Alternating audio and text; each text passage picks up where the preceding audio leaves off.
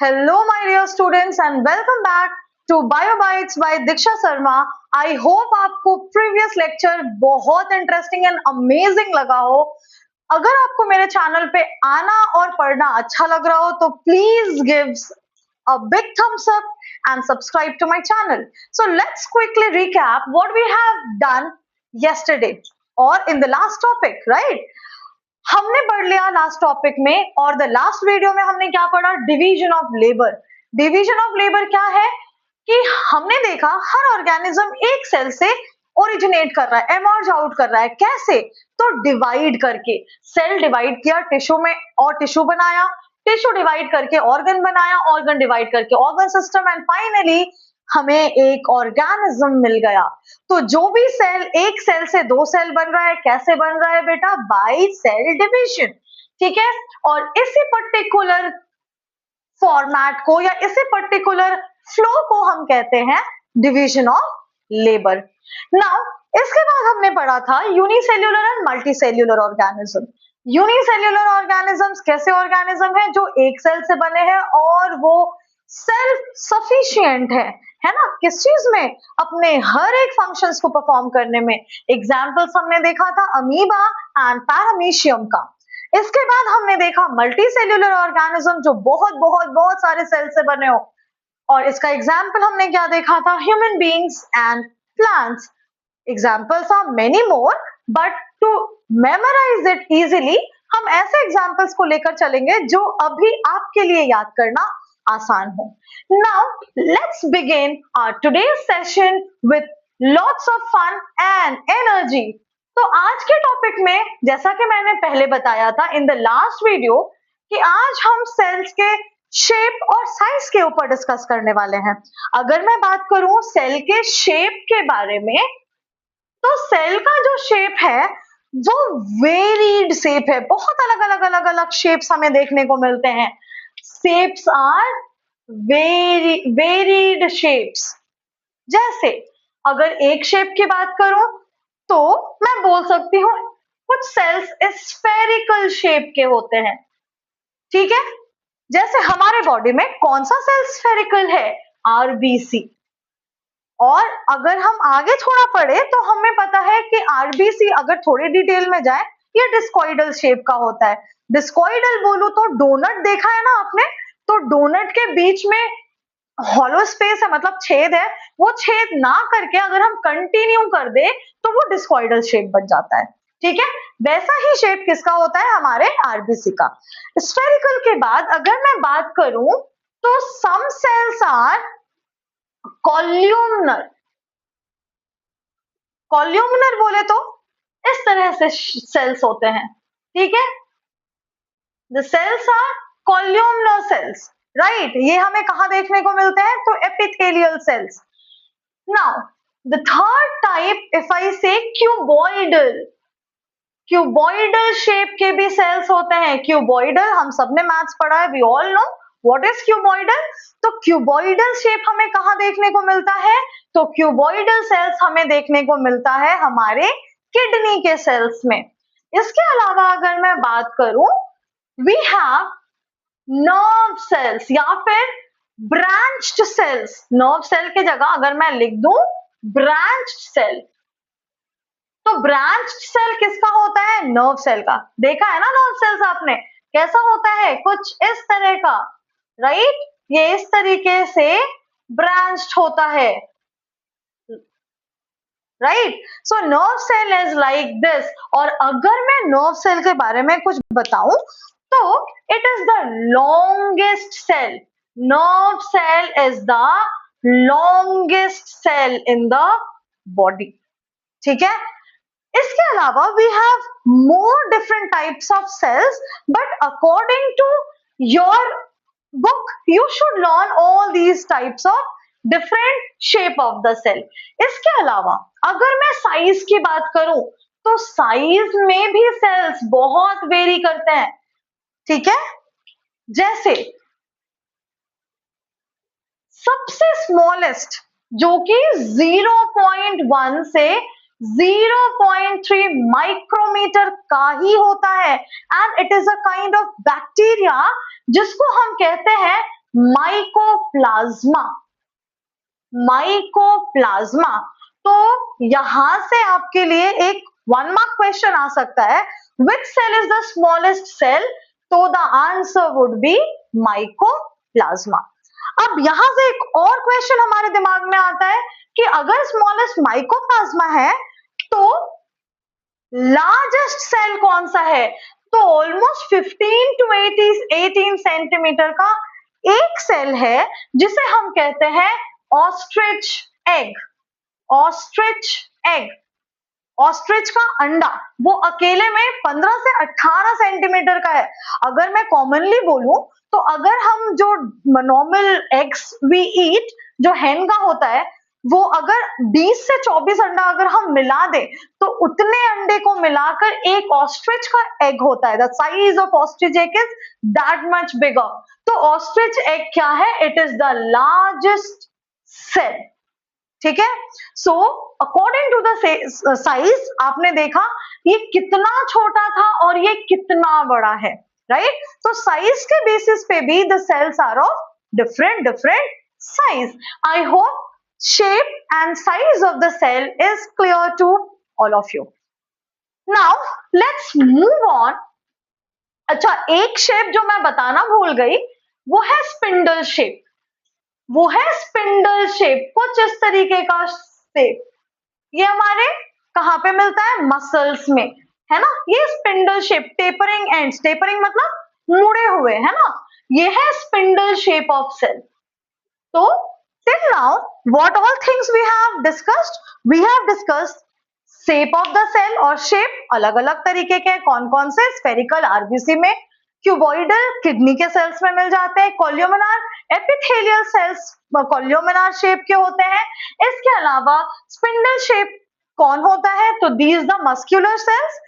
और हमने देखा ब्रांच्ड सेल्स, तो ब्रांच्ड कौन था, नर्व सेल, जो कि हमारे बॉडी का लॉन्गेस्ट सेल है। इसके अलावा हमने क्या देखा, द साइज ऑफ सेल, तो साइज वेरीज ना, एक सेल जो कि एकदम माइक्रोस्कोपिक लेवल का है और एक सेल 15 टू 18 सेंटीमीटर बड़ा है। One, the smallest one was mycoplasma and the biggest one was ostrich का अंडा, right. So I hope these are the basic concepts of cell structure and function is crystal clear to you all, right? तो अब हमें क्या पढ़ना है बेटा, अब हमें जानना है different different components of the cell। तो what are the different components? वैसे तो और भी कुछ बहुत सारी चीजें हैं सेल्स में, बट ये हम लोग ग्रेड 9 में पढ़ेंगे। अगर सारी चीजें हम अभी पढ़ गए तो फिर ग्रेड 9 में क्या करेंगे, right. We will discuss few things on grade 9 in grade 9, ठीक है। तो अब जो डिफरेंट कंपोनेंट्स है, basically we are here in grade 8, जिसमें हमें प्लांट और एनिमल सेल पढ़ना है और किसी सेल के बारे में नहीं पढ़ना, बैक्टीरिया के बारे में नहीं पढ़ना, फंगस के बारे में नहीं पढ़ना, किसी के बारे में नहीं पढ़ना, only plant and animal cell. तो अब हम जिस भी कंपोनेंट के बारे में बात करेंगे वो प्लांट और एनिमल सेल का होगा। तो the component of plant cell, very first is cell membrane. The very first component of the cell is cell membrane। अगर मैं इसकी बात करूं तो ये प्लांट में भी प्रेजेंट है और ये एनिमल में भी प्रेजेंट है। It is present both in plant and in animal, ठीक है। अब हमने फर्स्ट लेक्चर जब पढ़ा था, आपको याद है हमने क्या पढ़ा था, हमने स्टार्ट किया था ईंटों से, राइट। जैसे एक के ऊपर एक ईंट लगा के हमने घर बनाया, वैसे ही सेल के ऊपर सेल लगाकर, मतलब लगाकर नहीं, डिवाइड करके हमने ऑर्गेनिज्म बनाया। तो अगर सेल मेम्ब्रेन की बात कर रहे हैं और घर की बात कर रहे हैं, तो let's discuss few things about हमारा घर, ठीक है। आप अपने घर में किन किन लोगों को एंट्री अलाउ करोगे? डेफिनेटली आपके फ्रेंड, मम्मी के फ्रेंड, पापा के फ्रेंड, भाई का फ्रेंड, बहन के फ्रेंड। इसके अलावा रिलेटिव्स, मतलब जिनको हम जानते हैं बस उनको अलाउ कर सकते हैं। स्ट्रेंजर्स को अलाउ करते हैं क्या? No, right. तो जिस तरीके से हमारा घर का डोर बंद होता है और वो खुलता किसके लिए? Only to the selected person, जिसको हम चाहते हैं कि वो हमारे घर पे आए, राइट? वैसे ही हमारा सेल मेम्ब्रेन होता है, ये क्या करता है, जैसे अगर मैं एक सेल बनाऊं, suppose this is a cell, तो सबसे बाहर के तरफ क्या प्रेजेंट है? सबसे बाहर के तरफ प्रेजेंट है सेल मेम्ब्रेन, जो कि हमारे घर के गेट की तरह काम करता है, डोर की तरह काम करता है। Cell membrane does not allow हर चीज को अंदर आना और हर चीज को बाहर जाना। तो सेल मेम्ब्रेन कैसा है बेटा? It is selective to few things, और वो फ्यू थिंग्स क्या है? जो भी चीजें इसके लिए इंपॉर्टेंट हो, जैसे ऑक्सीजन, जैसे न्यूट्रिएंट्स, राइट? और ये कौन सी चीजों को बाहर निकाल सकता है? Carbon dioxide, the waste product, right? क्योंकि कार्बन डाइऑक्साइड क्या है? हमारे बॉडी के लिए वेस्ट प्रोडक्ट, राइट? तो it is selective, it allows entrance of only few things, like अगर मैं बोलूं यहाँ पे ऑक्सीजन का दो ही, अगर मैं बोलूं बस दो ऑक्सीजन प्रेजेंट है और यहाँ पे बहुत सारे ऑक्सीजन प्रेजेंट है outside the cell, what cell will do? बोलेगा भैया तुम मेरे पास आ जाओ क्योंकि मुझे तुम्हारी ज्यादा जरूरत है, राइट? तो it will allow oxygen to enter the cell, और ये एंट्री कौन करवा रहा है? सेल मेम्ब्रेन, ठीक है? लेकिन अब अगर कोई फॉरेन मटेरियल जिसको ये जानता तक नहीं है, क्या वो उसको अलाउ करेगा? Definitely not. इसीलिए हमने क्या कहा? It is selective for few materials, ठीक है? दूसरा इसका क्या क्राइटेरिया है, या फिर मैं बोल सकती हूँ फंक्शन है, तो इट गिव्स प्रोटेक्शन, है ना? ये प्रोटेक्शन दे रहा है ना बेटा, जैसे दरवाजा आपको सेफ रखता है घर के अंदर, वैसे ही सेल मेम्ब्रेन सेल को सेफ रखता है, ये प्रोटेक्ट करता है। और एक चीज हमें हमेशा याद रखनी चाहिए कि अगर हम बायो पढ़ रहे हैं तो आउटसाइड द बॉडी जो भी चीजें प्रेजेंट है, that gives protection to that organism, ठीक है? जैसे स्किन, हमारे बॉडी में स्किन है, ये क्या कर रहा है? हमारे इंटरनल पार्ट्स को प्रोटेक्ट कर रहा है, राइट? वैसे ही सेल मेम्ब्रेन प्रोवाइड्स प्रोटेक्शन।